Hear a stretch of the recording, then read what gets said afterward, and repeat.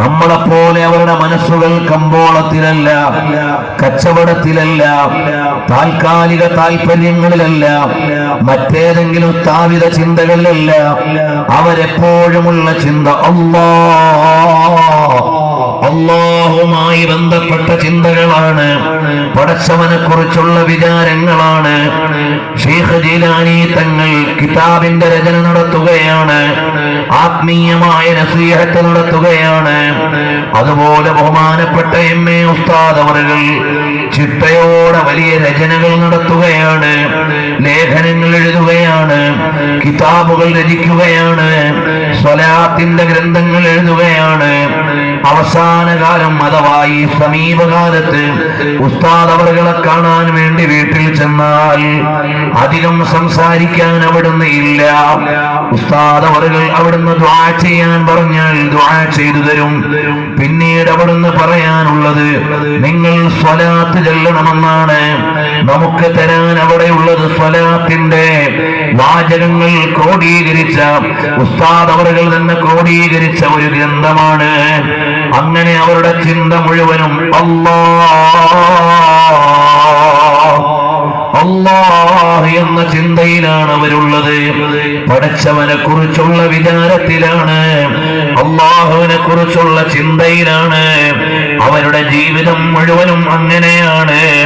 ബഹുമാനപ്പെട്ട അബ്ദുൽ ഖാദർ ഉസ്താദ് അവറുകൾ എന്ന് പറയുമ്പോൾ ശൈഖ് അബ്ദുൽ ഖാദർ ജീലാനി തങ്ങളെയാണ് നമ്മളിവിടെ പറഞ്ഞു വരുന്നത്. രണ്ടുപേരുടെയും പേര് ഒന്ന് തന്നെയാണ്. ബഹുമാനപ്പെട്ട ജീലാനി തങ്ങൾ പറയുന്നത്, അല്ലയോ മോനെ, ജമീഉ അഅ്ളാഇ തുലിമുനി ഇല്ലാ ഖൽബി, മോനെ എന്റെ എല്ലാ അവയവങ്ങളും വേദനിക്കുകയാണ്, എന്റെ മനസ്സിന് വേദനയില്ല. കാരണം സ്വാലിഹീങ്ങൾ മരണപ്പെടുന്ന സമയത്ത് അവർക്ക് വേണ്ടി കരയാൻ ഇവിടെ ഒരുപാട് നല്ല വസ്തുക്കളുണ്ട്.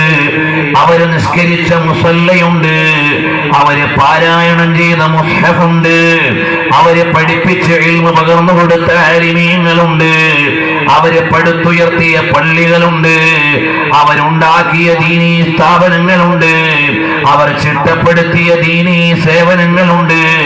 അതെല്ലാം മഹാന്മാരുടെ വഫാത്തിന്റെ സമയത്ത് ഇവിടെ ബാക്കിയുള്ളതാണ്.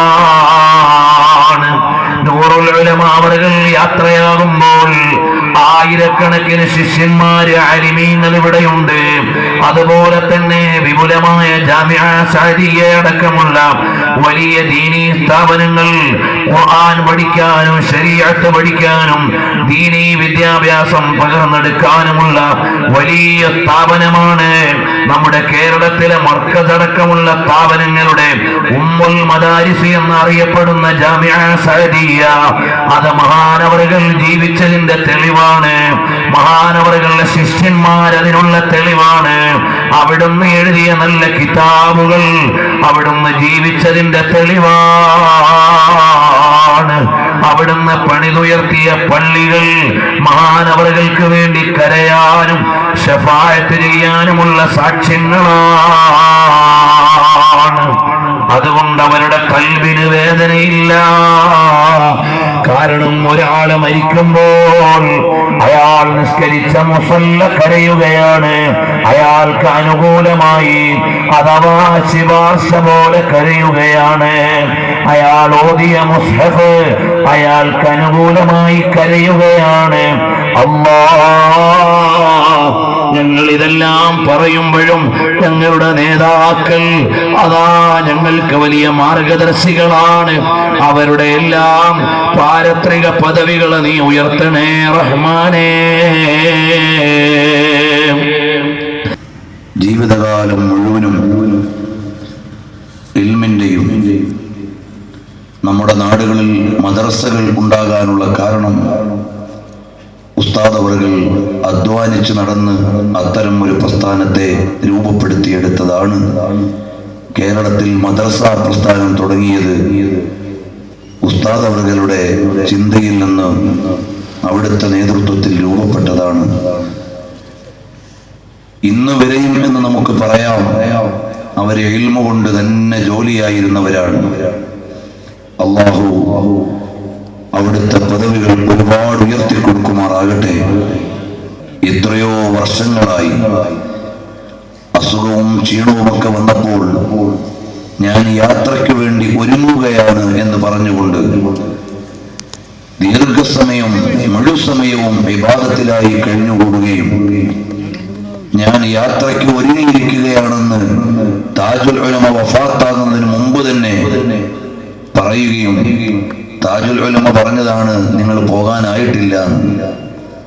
ആ ഒരു കരുത്തിലും ആരോഗ്യത്തിലും ഖാദിരിയ തരീഖത്തിന്റെ നാം പറഞ്ഞു വരുന്ന ഷെയ്ഖ് അബ്ദുൽ ഖാദിർ ജീലാനി തങ്ങളുടെ തരീഖത്തിന്റെ മാർഗത്തിൽ ആത്മീയ ശിക്ഷണം ലഭിച്ച് ജീവിച്ചുകൊണ്ടിരിക്കുന്ന വലിയ മഹാനായിരുന്നു ബഹുമാനപ്പെട്ട നൂറുൽ ഉലമ ഉസ്താദ് അവർകൾ.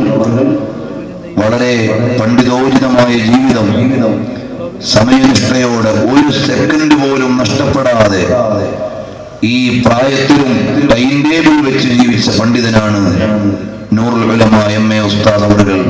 5 മണിക്ക് ഒരാൾ അപ്പോയിന്റ്മെന്റ് എടുത്താൽ എത്ര വലിയ ആളാണെങ്കിലും ആ 5 മണിക്ക് തന്നെ ഹാജരാകണം. ഉസ്താദ് അന്ന് അതിനുവേണ്ടി എഴുതി വെച്ച സമയം കഴിഞ്ഞാൽ പിന്നെ പോയിട്ടും നിന്നിട്ടും കാര്യമില്ലാത്ത വിധം ചിട്ടയോടെ ജീവിച്ചവർ. അല്ലാഹുവേ, ഞങ്ങളുടെ തണൽമരമായ നൂറുൽ ഉലമ എം.എ. ഉസ്താദിന്റെ ദറജ അല്ലാഹുവേ നീ ഉയർത്തിക്കൊടുക്കണേ റഹ്മാനെ, നീ ഉയർത്തിക്കൊടുക്കണേ റഹ്മാനെ.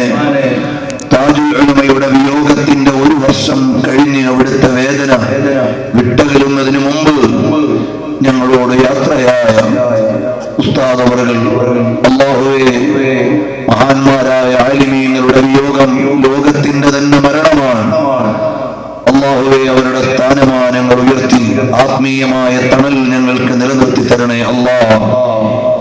മഹാന്മാരായ ഞങ്ങളുടെ മറ്റു ആലിമീങ്ങൾ സാദാത്തുക്കൾക്ക് ആഫിയത്തുള്ള ദീർഘായുസ്സ് നൽകണേ അല്ലാഹ്. അല്ലാഹുവേ, ഞങ്ങൾക്ക് അവർക്ക് വേണ്ടി ദുആ ചെയ്യുകയല്ലാതെ വേറെ ഒരു വഴിയുമില്ല. അർഹമുർ റഹീമായ അൽ മലിക്കുൽ ജബ്ബാറായ അല്ലാഹ്, ഞങ്ങളുടെ എല്ലാ സദാത്തുക്കൾ ആലിമീങ്ങൾക്കും ഞങ്ങളോട് വിട പറഞ്ഞവരുടെ ദറജകൾ നീ ഉയർത്തി കൊടുക്കണേ അല്ലാഹ്. എന്റെ ശബ്ദം കേൾക്കുന്ന